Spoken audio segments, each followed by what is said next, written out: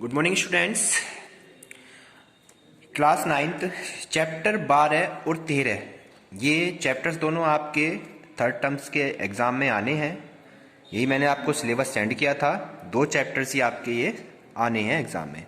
आज मैं थोड़ा सा इसको बेसिक चीज़ें आपकी जो इम्पोर्टेंट चीज़ें हैं कुछ इस तरह से समझ लीजिए, या आपके जो MCQ टाइप के क्वेश्चन आने हैं, इसके बाद बहुविकल्प हो गए, अति लघु हो गए, दीर्घ हो गए और कुछ फिल इन द ब्लैंक्स वगैरह, इस तरह के क्वेश्चंस आपका पेपर का पैटर्न मैंने बना रखा है।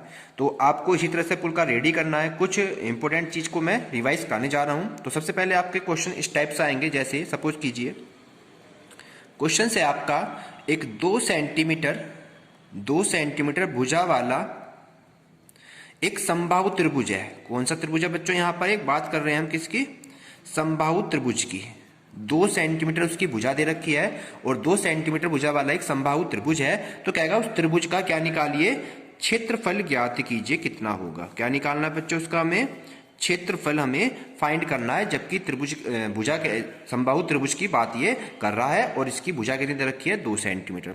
तो हमें पता है समबाहु त्रिभुज का क्षेत्रफल का फॉर्मूला होता क्या है।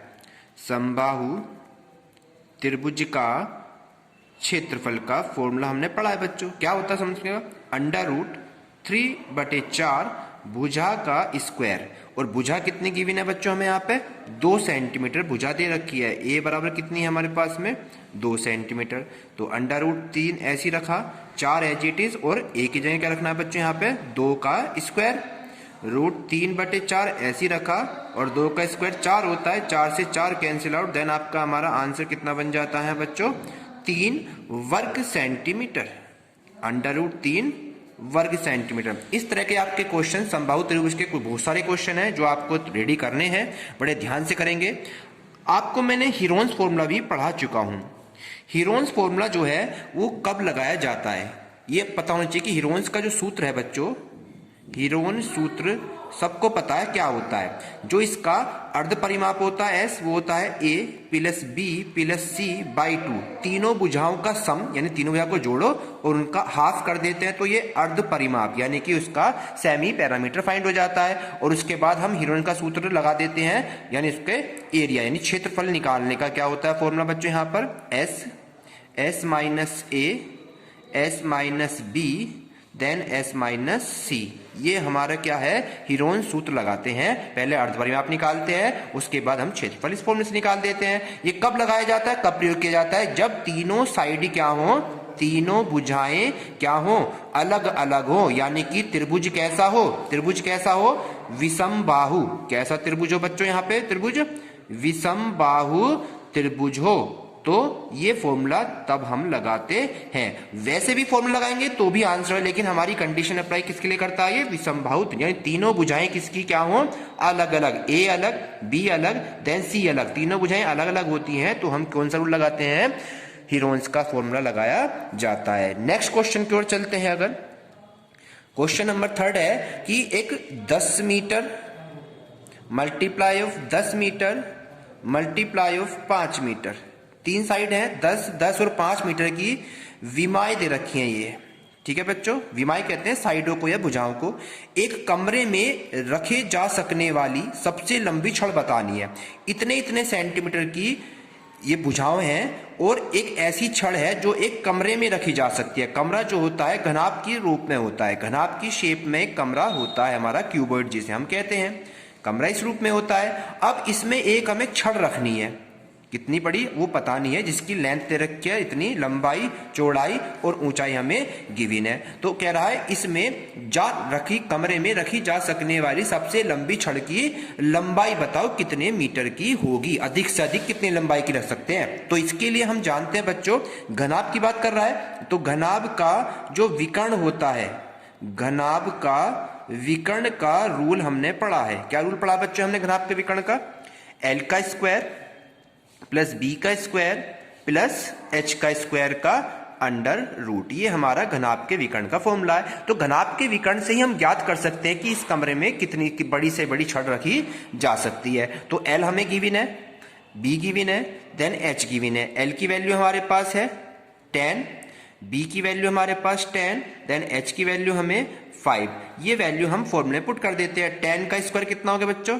100, यहाँ भी 100 हो जाएगा क्योंकि b की वैल्यू 10 है एंड h की वैल्यू कितनी है 5, तो 5 5 जा 25 हो गया। दोनों को सम यानी तीनों को सम्स करेंगे तो कितना आएगा 2 2 5, और 2 to 5 का जब स्क्वायर रूट निकालते हैं देन हमारे पास कितना आता है 15। तो 15 मीटर क्या हो गया आपकी, इतनी लंबी छड़ हम इस कमरे में आसानी से रखी जा सकती है। बड़ी से बड़ी छड़ है, इससे बड़ी छड़ हम इस कमरे में नहीं रख सकते। ओके स्टूडेंट्स, नेक्स्ट क्वेश्चन की ओर चलते हैं। अगर नेक्स्ट क्वेश्चन है एक बेलन की त्रिज्या, बेलन की बात कर रहा है, सबको फॉर्मूले मैंने लिखवा रखे हैं, बस मैं आपको आज रिवीजन करा रहा हूं, ठीक है। बेलन है, उसकी त्रिज्या जो है यानी कि आर, त्रिज्या जो है बेलन की त्रिज्या मतलब आर, अगर क्या कर दे दोगुनी कर दी जाए यानी आर को हम 2r कर दे, त्रिज्या कितनी कर दी हमने दुगनी कर दी 2r, ठीक है।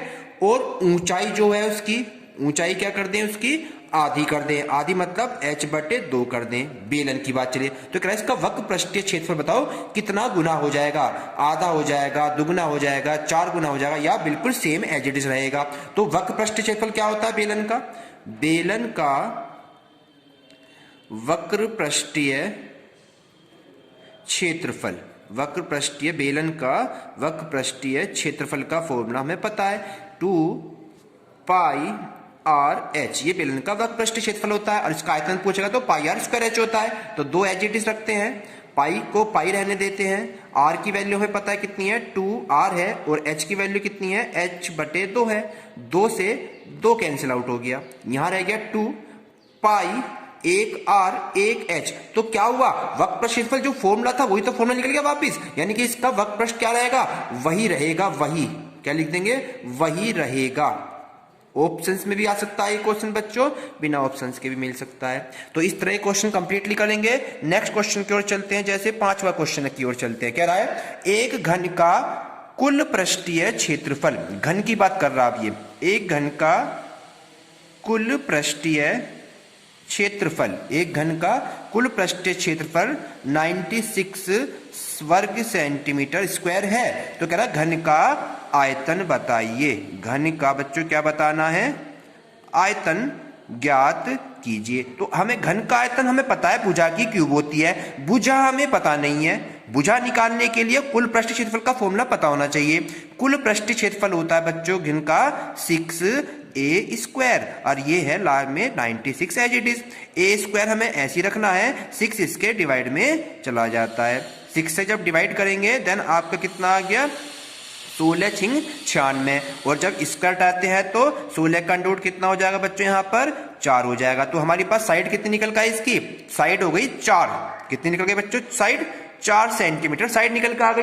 अब हमें निकालना क्या था घन का आयतन, तो घन का आयतन का फॉर्मूला हमें पता है, घन का जो आयतन होता है वो आपको मैंने लिखा रखा है भुजा की क्यूब होता है। घन का आयतन क्या होता है भुजा की क्यूब, भुजा कितनी निकली 4, तो 4 की क्यूब का मतलब क्या है 4 की 3 बार मल्टीप्लाई 4 मल्टीप्लाई 4 मल्टीप्लाई 4 चौक 16 चौक का 64 घन सेंटीमीटर। तो ये हमारा क्या हो गया बच्चों यहाँ पर आंसर निकल कर आ जाता है। क्लियर होगा बच्चों आपको। नेक्स्ट क्वेश्चन इस टाइप के एमसीक्यूज में आ जाए या बहुविकल्प में आ जाए, कैसे भी आ जाए क्वेश्चन को एज इट इज आपको करना है। नेक्स्ट क्वेश्चन की ओर चलते हैं। अगर अति लघु में बात करते हैं क्वेश्चनों की तो कैसे बन जाते हैं, एक त्रिभुज की भुजाओं की लंबाई मिलेगी और कहेगा त्रिभुज का क्षेत्रफल ज्ञात करो, यानी हीरोन्स फॉर्मूले पे डिपेंड है।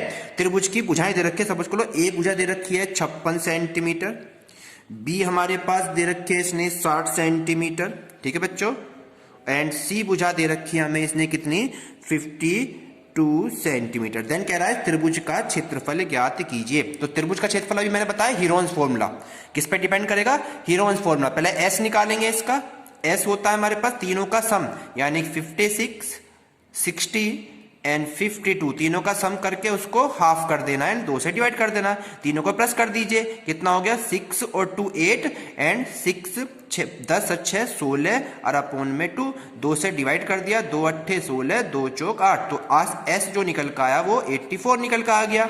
अब क्या करना है, इसे हीरोन्स के फॉर्मूले में क्षेत्रफल में रख देंगे। तो क्षेत्रफल क्या होता है, त्रिभुज का क्षेत्रफल होता है हमारे पर अंडर रूट में क्या होता है S minus A S minus B S minus C होता है। एस की वैल्यू है 84, फिर 84 में से ए सब्ट्रैक्ट करेंगे यानी कि 56 को सब्ट्रैक्ट कर दिया, फिर 86 में से किसको सब्ट्रैक्ट करना, बी को, यानी कि 60 को कर दिया। फिर 86 में से किसको करना, यानी कि 52 को सब्ट्रैक्ट कर दिया, और ये पूरा अंडर रूट में एज इट इज है। ओके स्टूडेंट्स, अब क्या करना है, 84 एज इट इज रखा, मल्टीप्लाई 84 में 56 घटा देंगे, तो घटा दिए, 14 में 6 गया 8 हो गया, और 7 में से 5 गया 2 हो गया। यहां जाइए, अब तीसरा भी वही है, 86 में 60 गए तो 6, और 8 में 6 गया 2, 26 हो गया। फिर 86 में से 52 घटाने हैं, तो 6 में से 2 गया 4 हो गया, और 8 में से 5 गया, कितने बच गए 3। इतनी बात हमारे क्लियर हो जाती है। 86 में से 52 घटाने हैं ना बच्चों, यहाँ पे क्लियर हो गया नहीं आपको सबको, घटा लीजिए दोबारा से। 6 में से 2 गया 4, और 8 में से 5 गया 3, ऐसी 6 में से 0 गया 0, 8 में 6 गया 2, ऐसी 14 में 6 गए 8, और 7 में से 5 गया 2। यहां तक हमारे कोई प्रॉब्लम नहीं होनी चाहिए। ओके स्टूडेंट, अब इसको कैसे सोल्व करेंगे, बात यहां आती है। इसको अंडर रूट से निकालने का तरीका बताता हूं। 84 के टुकड़े कर लो, 28 से कर लो, 26 से कर लो, 34 के टुकड़े कर लीजिए। तो कैसे करेंगे, तो थोड़ा छोटा करते हैं इसे। 84 को लिख लो, 28 में होते हैं 84 में कुछ, 28 दिया 3 अट्ठे 24 का 4, 3 दूनी 6 2, हाँ तो इसे 84 को लिख दो 3 गुना 28। 84 को लिख दो बच्चों 3 गुना, ऐसे क्यों करा, क्योंकि 28 का पेयर बनकर रेडी हो गया। अब यहां जाओ 26 में, 26 में क्या लिख सकते हैं हम इसे, 26 में लिखने का हमारा तरीका क्या है, इसे कैसे लिखेंगे यहाँ पे हम बताइए। तो 26 को 13 दूनी 26 कर सकते हैं, या तो 13 दूनी 26 हो गया। अब नेक्स्ट वाले पे आ जाते हैं, 34 है, 34 को क्या लिख सकते हैं हमने, 17 दूनी 34 कर सकते हैं, 17 दूनी 34 कर सकते हैं। यहां तक तो क्लियर हो गया। अभी देखो 28 का पेयर बन गया, इसके बाद किसका पेयर बनना है, 2 का पेयर बन गया, 2 का बन गया, 28 का बन गया, बाकी का तो पेयर नहीं बना, उसको अभी अंदर ही रहने देंगे। ओके स्टूडेंट, चलिए तो 28 बाहर आ गया आपका, ओपन हो गया, 2 यहां से बाहर आ गया, ओपन हो गया। अब अंदर क्या रह गया, ओनली अंदर पा जाते हैं, 3 रह गया, 13 रह गया, एंड 17 आपका रह गया। ठीक है बच्चों, 28 और 2 था, 28 दूनी 56 आपकी मल्टीप्लाई हो गई, 28 की और 2 का जो पेयर था मल्टीप्लाई हो गई। अब इसको सोल्व करते हैं, ये कितना हो गया, 13 सत्ते 91 हो गए, तो 3 गुना 91 हो गया, ये तो 3 गुना 13 सत्ते 91 17 है ये बच्चों, हमें 17 तिया 51 कर देंगे, इसे कितना कर देंगे, तीनों की मल्टीप्लाई करनी है, हमें तीनों की मल्टीप्लाई करनी है। तो कैसे करेंगे, 17 तिया 51 और 13 आपका एज इट इज है। अब 56 ऐसी रखा हमने, और अंडर रूट में जब मल्टीप्लाई करेंगे 13 एकम 13 का 3, बचा कितना 1, 13 पंजे 65 और 1 66, ये हो गया 663। अगर इसका भी रूट निकल सकता है देन आप इसका रूट निकाल सकते हैं, तो नहीं होता है तो आपका यहीं पर आंसर क्या बन जाता है। तो इसको 3 क्वेश्चंस आप अपनी नोटबुक में कंप्लीट कर लेंगे, और जो भी कोई प्रॉब्लम होगी हम कल नेक्स्ट इसको डिस्कस करेंगे। Thank you.